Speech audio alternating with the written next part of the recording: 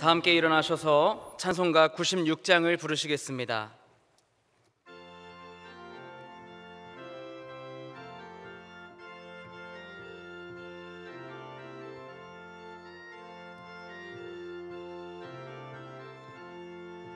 예수님은 누구신가? 우는 자의 위로와 없는 자의 풍성이며 편한 자의 높음과 잡힌 자의 노임되고 우리 기쁨 되시네.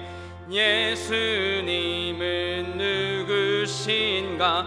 약한 자의 강함과 눈먼 자의 빛이시며 병든 자의 고침과 죽은 자의 부활되고 우리 생명 되시네. 예수님은 누구신가? 주한 자의 정함과 죽을 자의 생명이며 죄인들의 중보와 멸망자의 구원되고 우리 평화 되시네.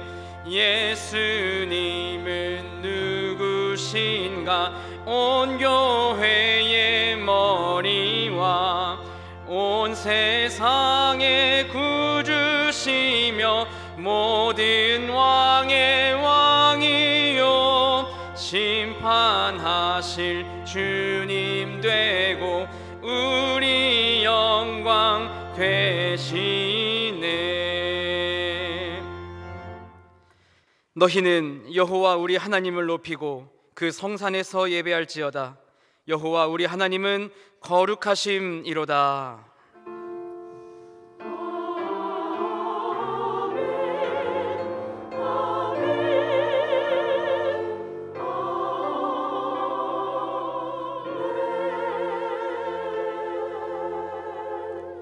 앉으셔서 찬송가 38장을 부르시겠습니다.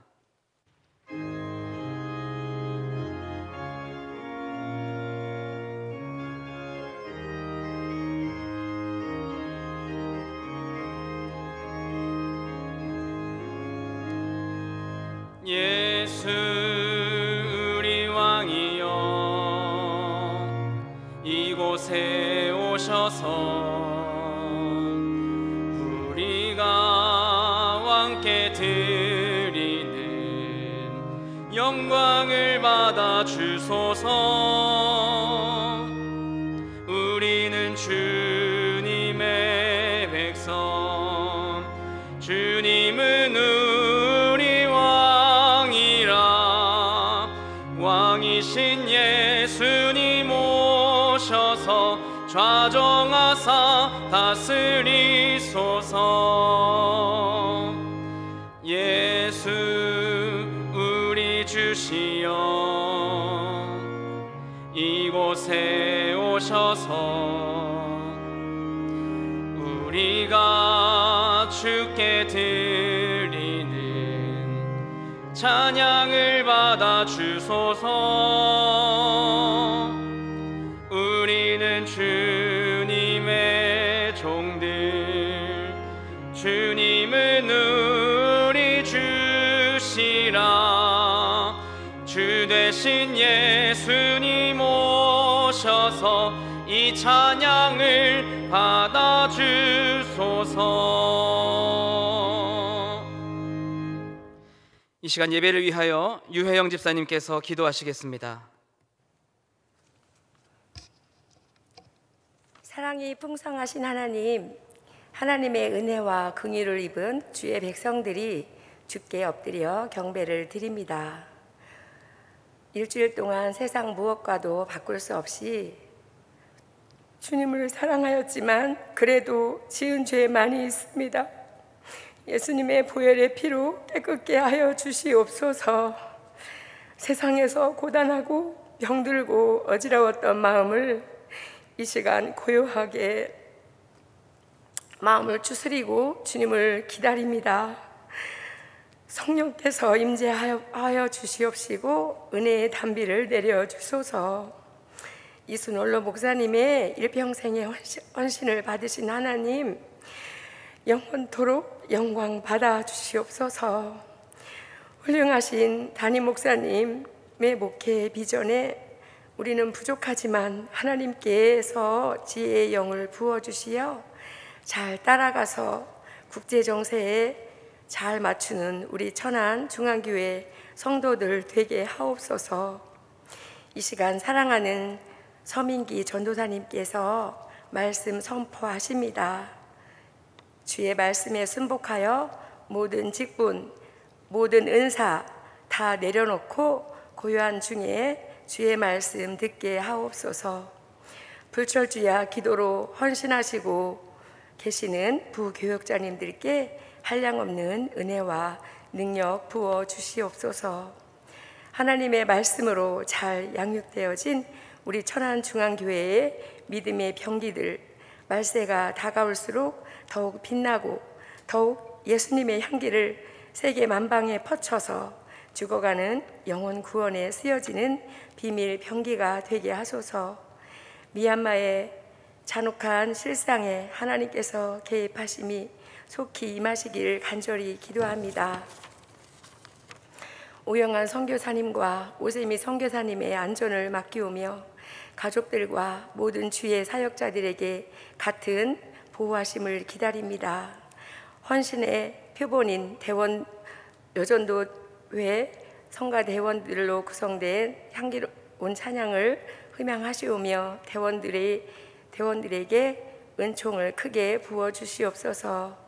이 성전의 영광으로 둘러 임하시어 이슬람 교세와 신천지 등 이단의 세력을 잠잠케 하시는 하나님께 감사드리오며 예수님의 이름으로 기도드립니다. 아멘.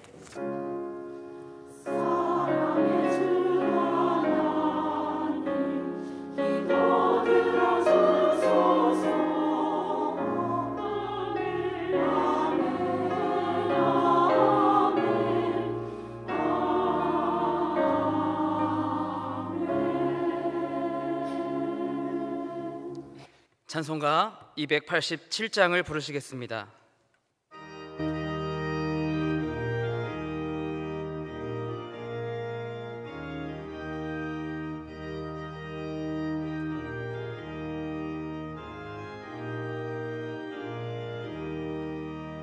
예수 앞에 나오면 죄사함 받으며 주의 품에 안기어 편히 쉬리라. 우리 주만 믿으면 모두 구원 얻으며 영생 복락 면류관 확실히 받겠네. 예수 앞에 나와서 은총을 받으며 마음의 기쁨 넘치어 감사하리라. 우리 주만 믿으면 모두 구원 얻으며 영생 복락 면류관 확실히 받겠네. 예수 앞에 설 때에 흰 옷을 입으며 밝고 빛난 내 집에 길이 살리라. 우리 주만 믿으면 모두 구원 얻으며 영생 복락 면류관 확실히 받겠네. 오늘 우리에게 주시는 하나님의 말씀은 신약성경 요한복음 21장 1절에서 7절까지의 말씀입니다. 제가 보는 성경으로 신약 184면에 있습니다.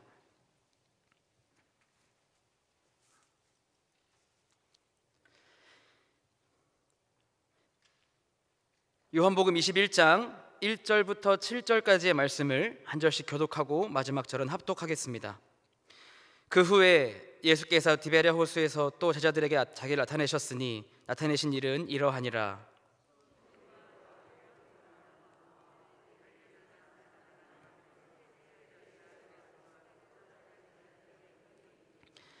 시몬 베드로가 나는 물고기를 잡으러 가노라 하니 그들이 우리도 함께 가겠다 하고 나가서 배에 올랐으나 그날 밤에 아무것도 잡지 못하였더니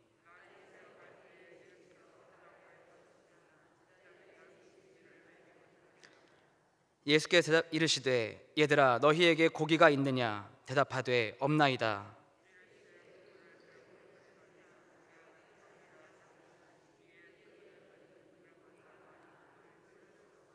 함께 읽겠습니다.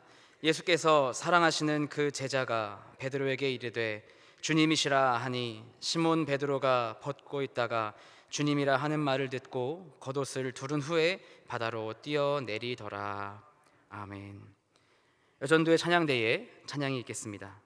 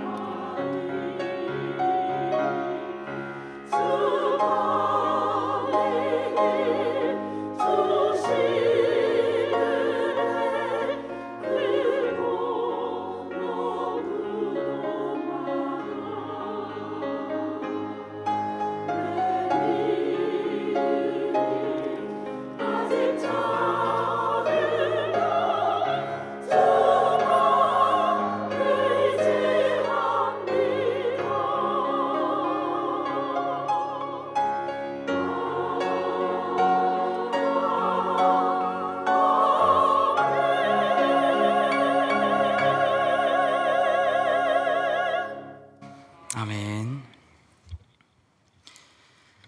군대에서 전역하는 해의 봄, 제가 소대 최고 선임이었던 분대장이었을 때의 일입니다. 당시에는 사단 내에서 모범 분대장을 뽑아서 4박 5일의 포상휴가를 주는 제도가 있었습니다. 이를 모범 해병 포상이라고 합니다. 간부들의 추천과 후임들의 동의를 얻어야 후보로 나갈 수가 있었고 또 극소수만 뽑았기 때문에 경쟁률도 몹시 치열했습니다. 제가 이렇게 구구절절 설명을 드리는 이유는 바로 제가 그 모범 분대장에 뽑혔기 때문입니다. 강조하지만 아무나 되는 것이 아니라 저니까 뽑혔습니다. 간부님들과 좋은 관계로 지내야 하고 긍정적이고 온유한 모습으로 군생활에 임하는 사람이어야 하며 특별히 후임을 사랑으로 대해야만 뽑히는 모범 분대장 포상에 제가 후보로 나가서 압도적인 추천으로 선발된 겁니다. 그때가 3월 말쯤이었고 행사 및 휴가 출발은 4월 초였습니다. 일단 어머니께 전화를 드렸습니다.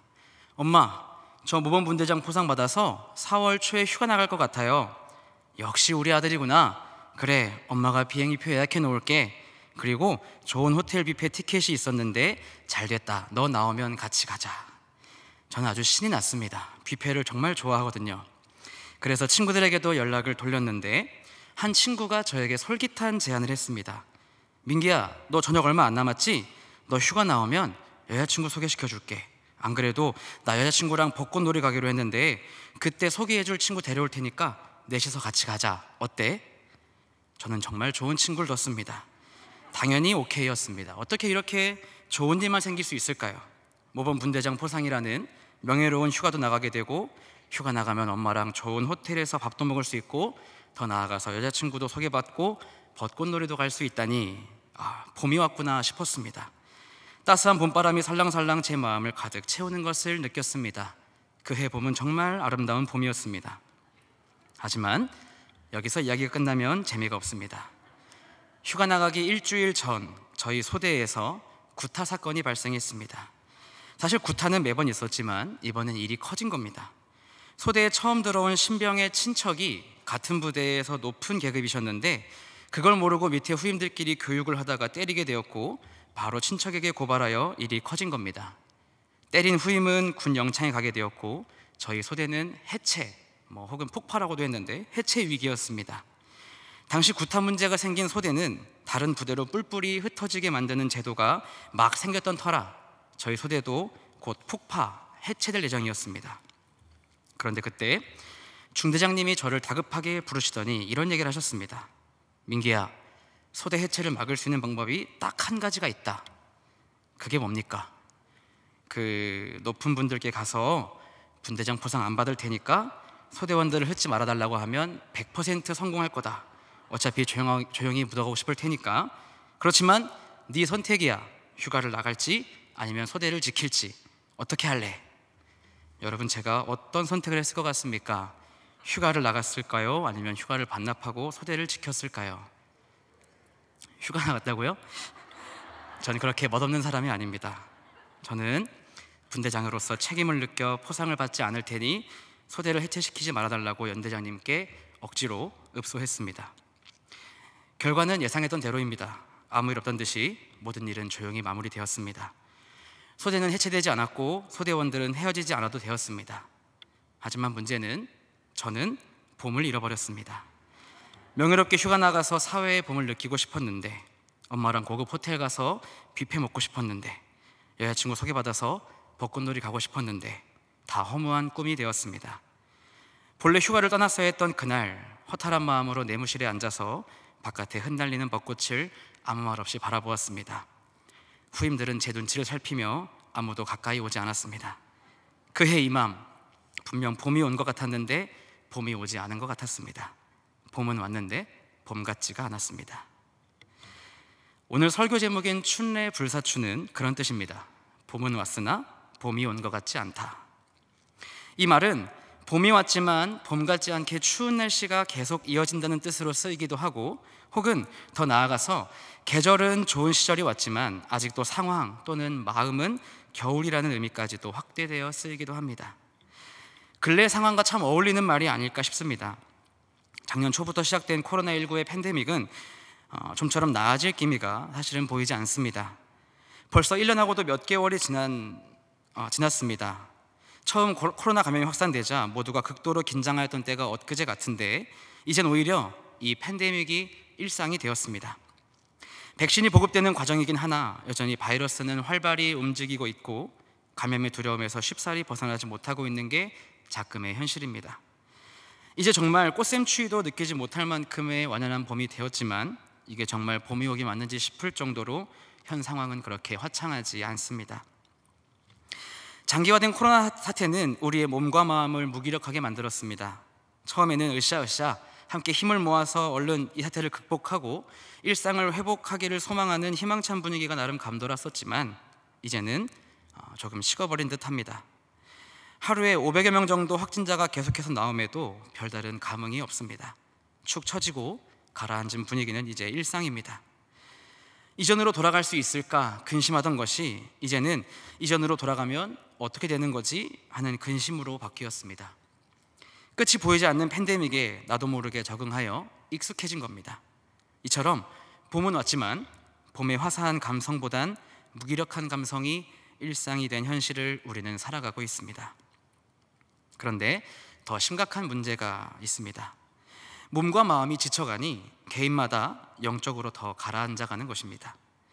마찬가지로 처음에는 비대면의 상황 속에서도 우리의 신앙을 견고하게 지키자 결단하며 이모저모로 움직여보려 했습니다.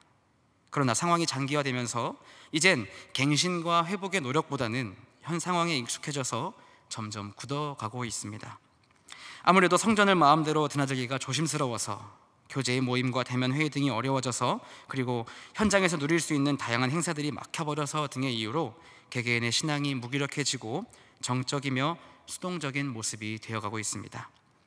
침체되었다라는 표현이 가장 적절할 것 같습니다.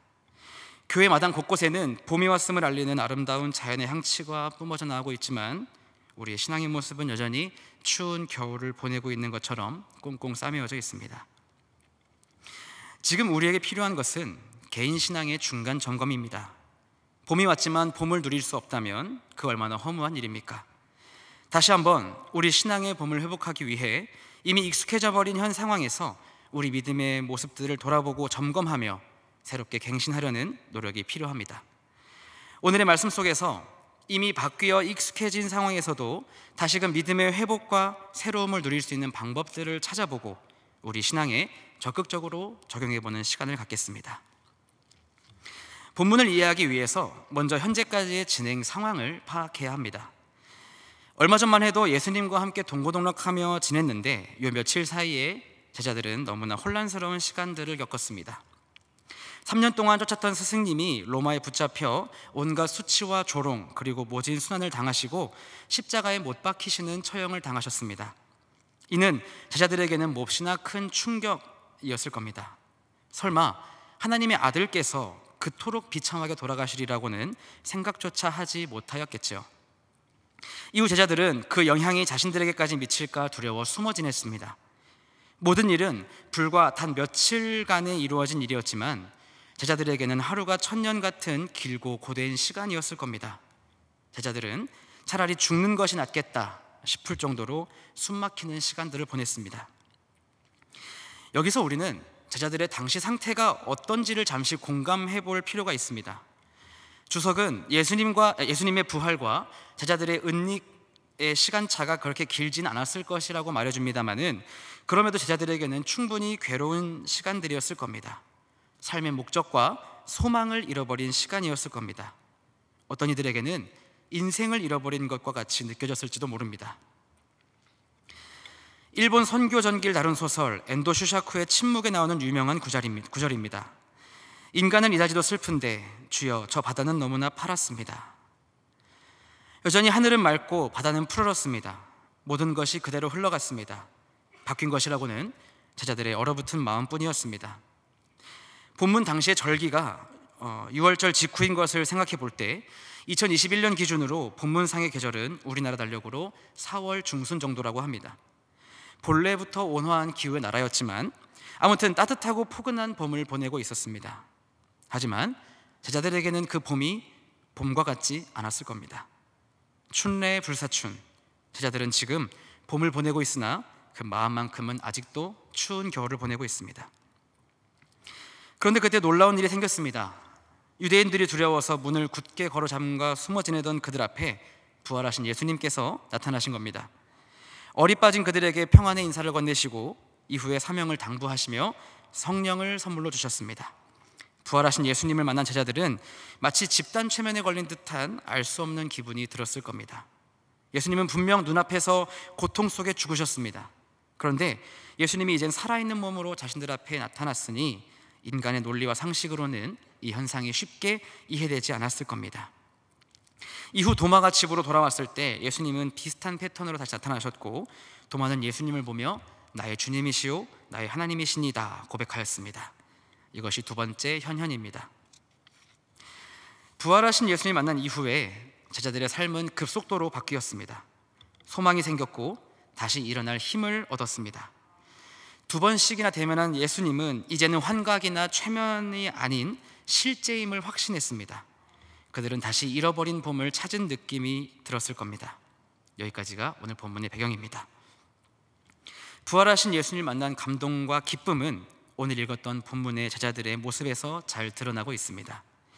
오늘 말씀 속 제자들의 모습에서 코로나19로 침체된 우리의 믿음을 회복하고 신앙의 봄을 다시금 누리기 위해서 어떤 노력을 기울여야 할지 본문 가운데 몇 가지 방법들을 찾아보겠습니다. 첫 번째, 디베랴 호수로 돌아가야 합니다. 신앙의 침체를 극복하고 다시 회복되기를 고대하며 우리는 먼저 각각의 디베랴 호수를 기억하고 돌아가야 합니다. 본문 1절입니다.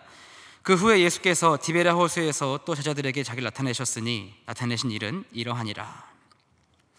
현재 제자들은 디베랴 호수에 모여 있었습니다. 디베랴 호수는 여러분께서 잘 아시다시피 갈릴리 호수와 같은 곳입니다.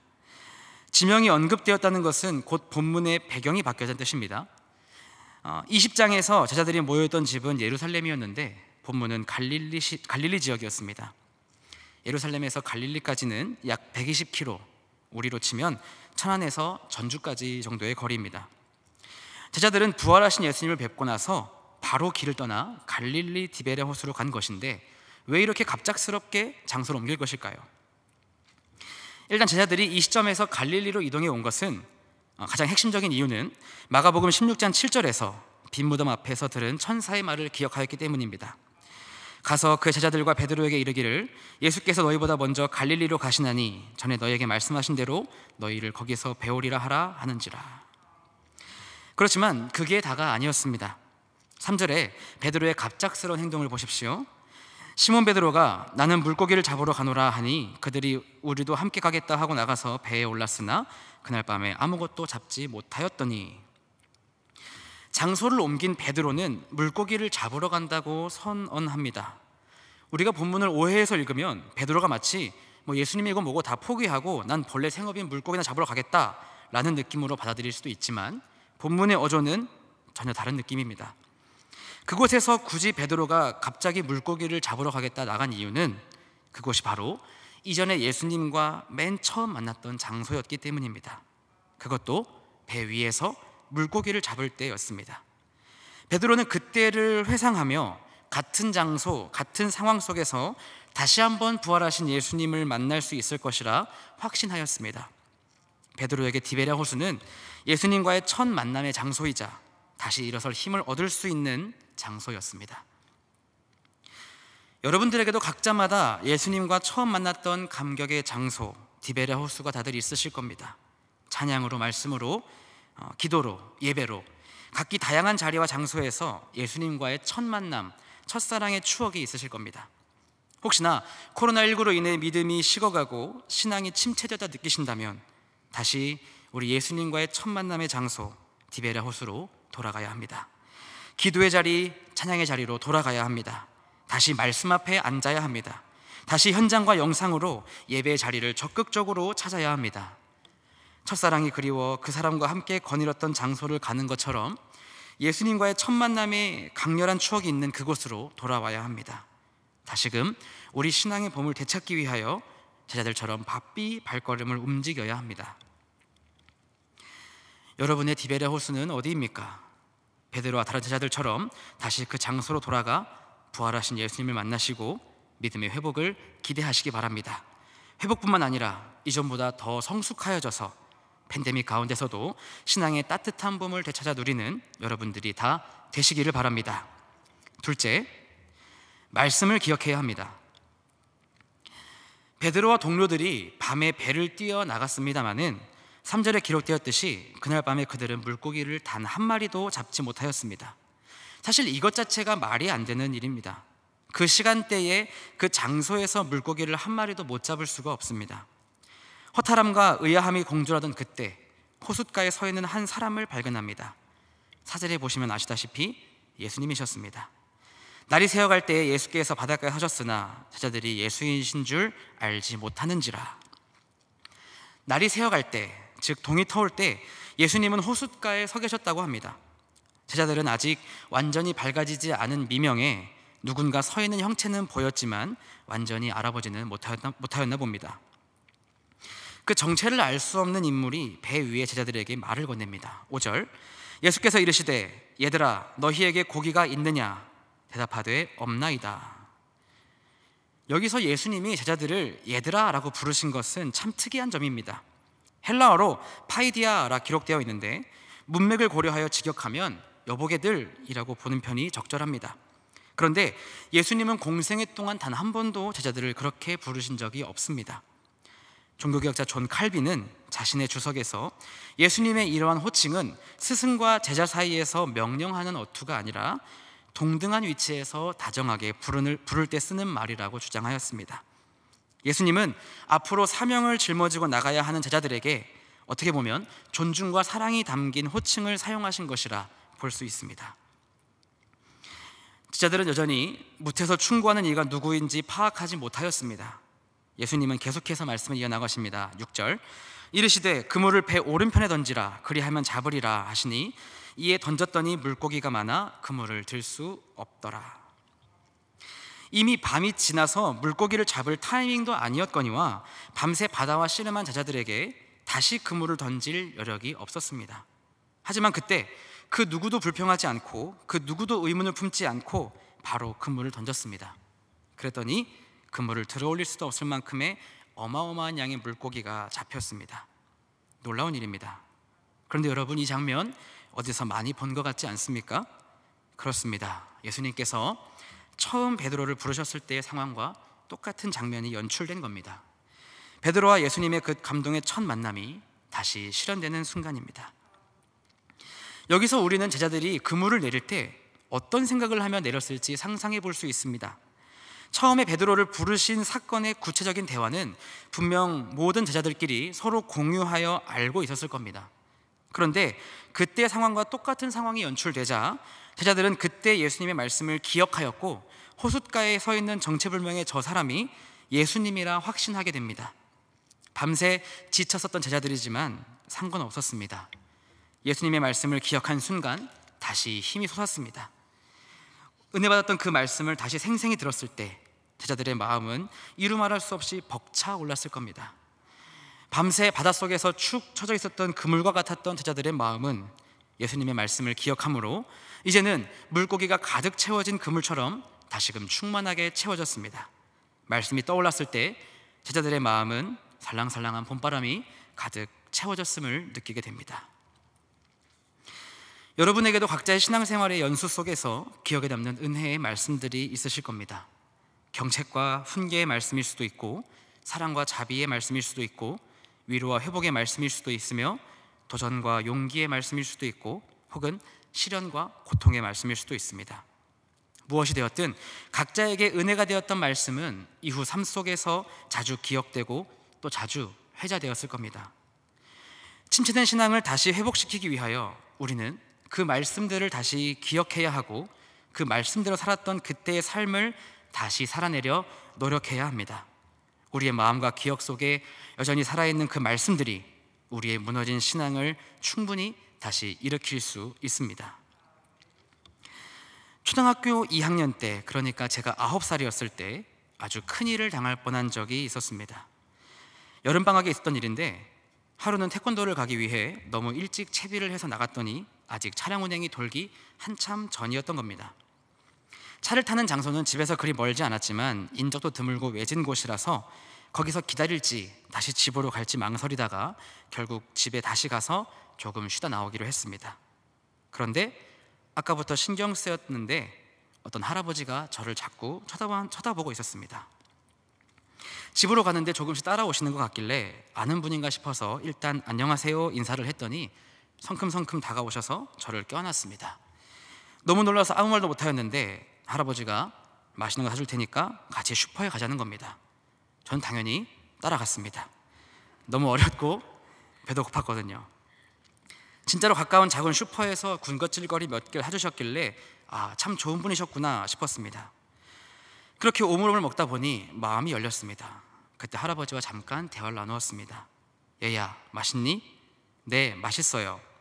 그래, 부모님은 집에 계시고 아니요, 부모님은 두 분 다 일하셔서 집에 아무도 없어요. 저런 혼자 심심했겠다.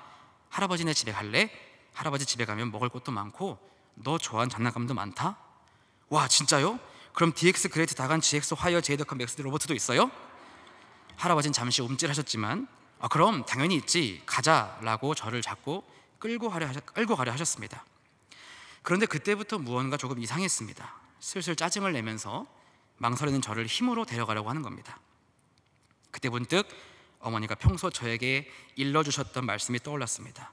민기야, 혹시 누가 모르는 사람이 너에게 잘해주면서 어디 가자고 하거들랑 절대 가지 마라. 모르는 사람이 네가 뭐가 예쁘다고 잘해주겠냐. 무조건 따라가지 마라. 그 순간 떠오른 충고를 기억하고 할아버지에게 말하였습니다. 우리 엄마가 모르는 사람 따라가면 안 된대요. 그런데 그 할아버지가 대답합니다. 왜? 따라가면 어떻게 된다는데?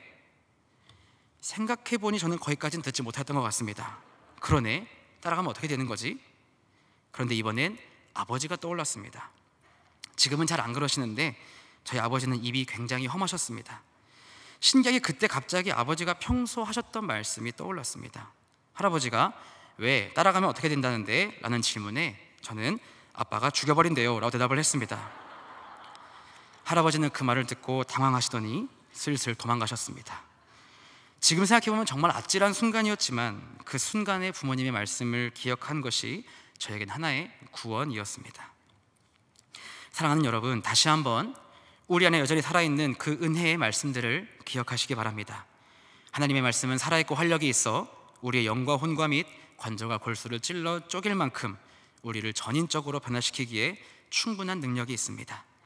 가라앉아버린 신앙의 겨울을 보내는 분이 계시다면 다시 한번 은혜의 말씀을 기억하며 그 말씀을 따라 살기로 새롭게 결단하시기 바랍니다. 말씀으로 찾아오신 성령님과 따스한 봄을 누리실 수 있을 겁니다. 셋째, 흐트러진 모습을 다시 재정비해야 합니다. 어마어마한 양의 물고기가 그물에 걸려 배 위에 제자들이 낑낑대고 있을 때 요한이 베드로에게 외칩니다. 주님이시다. 본문 10절입니다.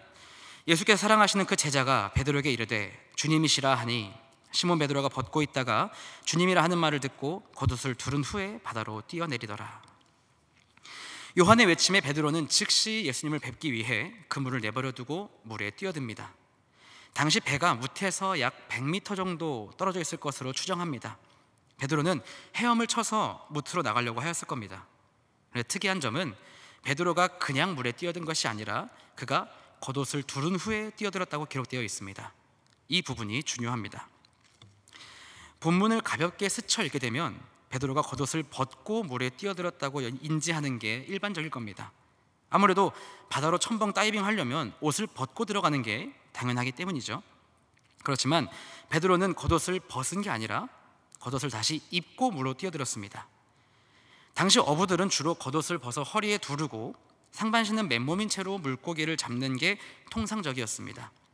베드로도 그물을 던지는 그 순간에는 겉옷을 입고 있지 않았을 겁니다.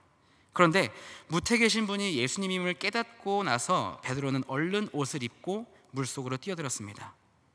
헤엄치기에는 상식적으로 맞지 않은 행동이었는데 주석가 바클레이는 자신의 주석에서 이를 종교적인 예의를 갖춘 것이라고 설명하였습니다.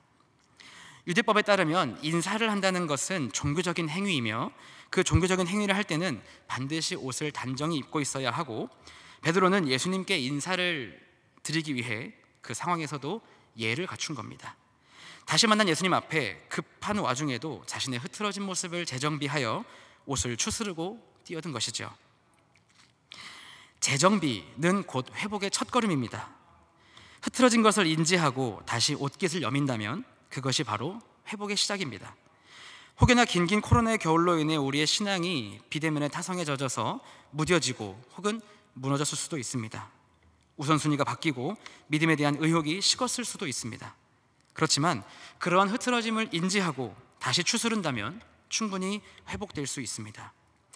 온라인으로 예배를 드리시는 분들 가운데 혹시나 영상으로 참여한 예배가 이전에 간절함이 식어서 감흥이 없고 의무적인 자리가 되었다고 생각하셨다면 다시 몸과 마음을 단정히 갖춰서 거룩함으로 나아오시기 바랍니다. 재정비가 중요합니다. 누구나 흐트러질 수도 있지만 누구나 재정비할 수 있습니다. 신앙의 봄은 반드시 되찾아야 하며 또 반드시 되찾을 수 있습니다. 다시 기도와 말씀 앞에 신앙의 루틴을 잘 세워보십시오. 다시 오래 연락하지 않았던 교회 식구들에게 연락을 해보십시오. 다시 현장과 영상에서 드리는 예배 앞에 용모를 단정히 하여 열심으로 참여해 보십시오. 흐트러짐을 추스르고 다시 하나님 앞에 서게 되셨을 때 오히려 이전보다 더 풍성하고 깊은 은혜의 봄을 경험하실 수 있을 겁니다. 말씀을 마치겠습니다. 이전 교회에서 전임 사역을 할 때 베트남 이주 여성을 위한 다문화 한글학교를 몇 년간 담당한 적이 있었습니다. 종강식 때마다 한글을 배운 여성 중에 소감이나 간증을 하는 타임이 있었는데 그중 한 분의 소감이 기억에 남습니다. 너무 감동적이어서 메모를 해놓았었는데 이런 내용이었습니다. 한국으로 시집와서 처음 맞이한 봄은 외롭고 쓸쓸한 봄이었습니다. 날씨는 따뜻했지만 마음은 추웠습니다. 그렇지만 한글학교에 오고 예수님을 알게 되었을 때 봄이 다시 아름다워졌습니다. 예수님께서 십자가에 죽으신 후 짧지만 길었던 고통의 시간을 보냈던 제자들은 부활하신 예수님과 다시 만났을 때 다시 회복되고 오히려 이전보다 더 성숙해졌습니다. 봄 햇살에 내비쳤던 그때 그 디베라 호수의 아침은 제자들에겐 세상 그 어느 장소보다 아름답고 따스한 장소였을 겁니다. 오늘 말씀을 듣고 다시금 되찾을 신앙의 봄을 고대하고 회복에 힘쓰기를 다짐하시어 코로나19의 삭막함 속에서도 부활하신 예수님과 다시 만나 믿음과 신앙이 회복되는 은혜를 다 누리게 되시기를 간절히 바랍니다. 기도하겠습니다. 거룩하신 하나님, 오늘 이 시간도 우리에게 말씀하여 주심에 감사를 드립니다. 여전히 우리의 마음과 믿음을 위축하게 만드는 팬데믹 가운데에서도 다시금 부활하신 예수님과 만나는 은혜를 주시고 신앙의 봄을 되찾아 누리는 우리 온 성도들 될 수 있도록 인도하여 주옵소서. 우리의 참된 소망이 되어주시는 예수님의 이름으로 기도합니다. 아멘. 함께 찬송가 308장을 부르시겠습니다.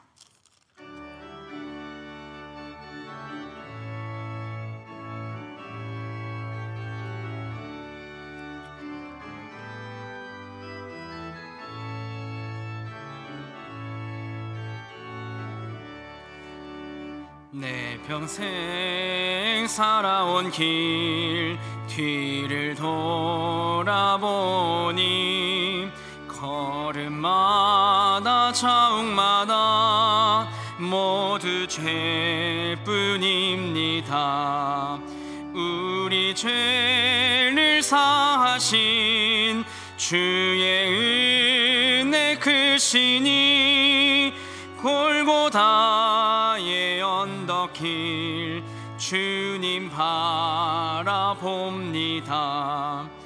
나같이 못난 인간 주님께서 살리려 하늘나라 영광 보좌 모두 버리시었네.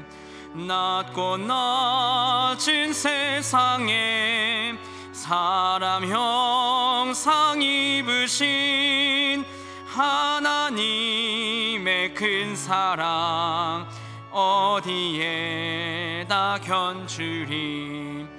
예수님 나의 주님 사랑의 주 하나님 이제 나는 예수님만 높이면서 살겠네. 나의 남은 인생을 주와 동행하면서 주님 사랑 전하며 말씀 따라 살겠네. 다임 목사님께서 교회 생활 말씀하시겠습니다. 우리 서로 인사하겠습니다. 샬롬 샬롬. 온라인으로 수요기도에 참여하는 성도님께도 샬롬 인사드립니다. 교회 생활 몇 가지 말씀드립니다. 5월 2일에 있을 항전직 선거를 위해서 기도해 주시고 또 특별히 은혜로운 선거가 될 수 있도록 선거 운동 금지해 주시고 또 서로 또 이 선거 진행되는 과정에 협력해 주시기 바랍니다. 아울러 지난주 선거인 명부 열람 했는데 교적에는 이름이 분명히 있는데 그 출력하는 과정에서 빠지는 사례가 한두 건 지난주에 나타났어요. 그러니까 내 이름이야 당연히 있겠지 이렇게 생각하지 마시고 번거롭더라도 한 번 정도 확인을 해 주시면 당일날 서로 이 이름이 있고 없고 때문에 서로 불편한 일이 없으리라 생각합니다. 교회학교 교사교육이 11일, 18일, 25일 3주간 온라인으로 교육이 있습니다. 교사들 참여해 주시기 바랍니다. 상반기 신앙 강좌 그 안내대 위에 자세한 그 내용 있는 안내문이 있으니까 가져가셔서 신청해 주시기 바랍니다. 유아세례 문답이 4월 25일 교육 및 문답이 오후 5시 50분에 있습니다. 그리고 5월 2일 주일 저녁 예배 시에 유아세례식이 있으니까 신청해 주시기 바랍니다. 결혼 광고 있습니다. 오교구 12구역 유근원씨 장금숙 집사 차녀 유아영 양과 유윤상 군의 결혼식이 17일 토요일 오후 4시 비렌티웨 등으로 3층 베르테로홀에서 있겠습니다. 축하해 주시기 바랍니다. 아울러 미얀마와 그 오영환 오세미 선교사를 위해서 기도해 주시고 페루 선교의 박성태 선교사 뿐만 아니라 감염된 호산나 학교의 교사들을 위해서도 기도해 주시기를 부탁을 드립니다. 이상 말씀드립니다. 이 시간 합심하여 기도하겠습니다. 먼저 오늘 말씀을 붙들고 기도하실 때에 코로나19로 침체된 우리의 신앙이 부활하신 예수님과 다시 만나 회복되어 성장할 수 있도록 기도합니다. 또한 미얀마 군부의 야욕이 무너지고 쿠데타가 속히 종결되어 더 이상의 무고한 피가 흐르지 않을 수 있도록 특별히 현지에서 사역하시는 오영환 오세미 선교사님의 신원과 사역을 위해서 기도하겠습니다. 마지막으로 온 나라의 생명을 사랑하고 존중하는 문화가 잘 자리 잡을 수 있도록 특별히 우리 다음 세대들이 생명의 존귀함을 깨닫고 실천하며 살아갈 수 있도록 함께 이 시간 합심하여 기도하겠습니다.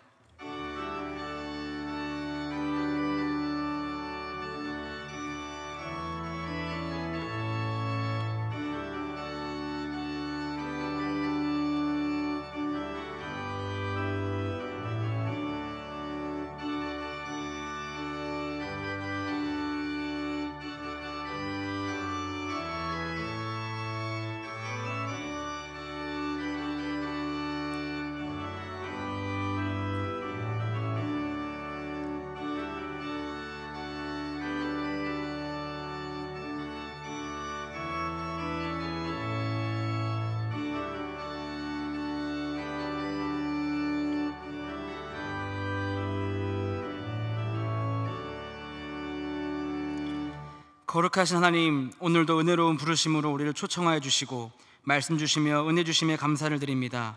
여전히 혼탁하고 거친 이 세상의 풍파 속에서도 우리 온 성도들에게 믿음을 주시어 침체된 신앙이 성령으로 새롭게 되고 다시 신앙의 봄을 누릴 수 있도록 선한 목자 되신 주님 인도하여 주옵소서. 이 시간 주님 은혜에 감사하여 11조와 감사원금 1,000번제를 드렸습니다.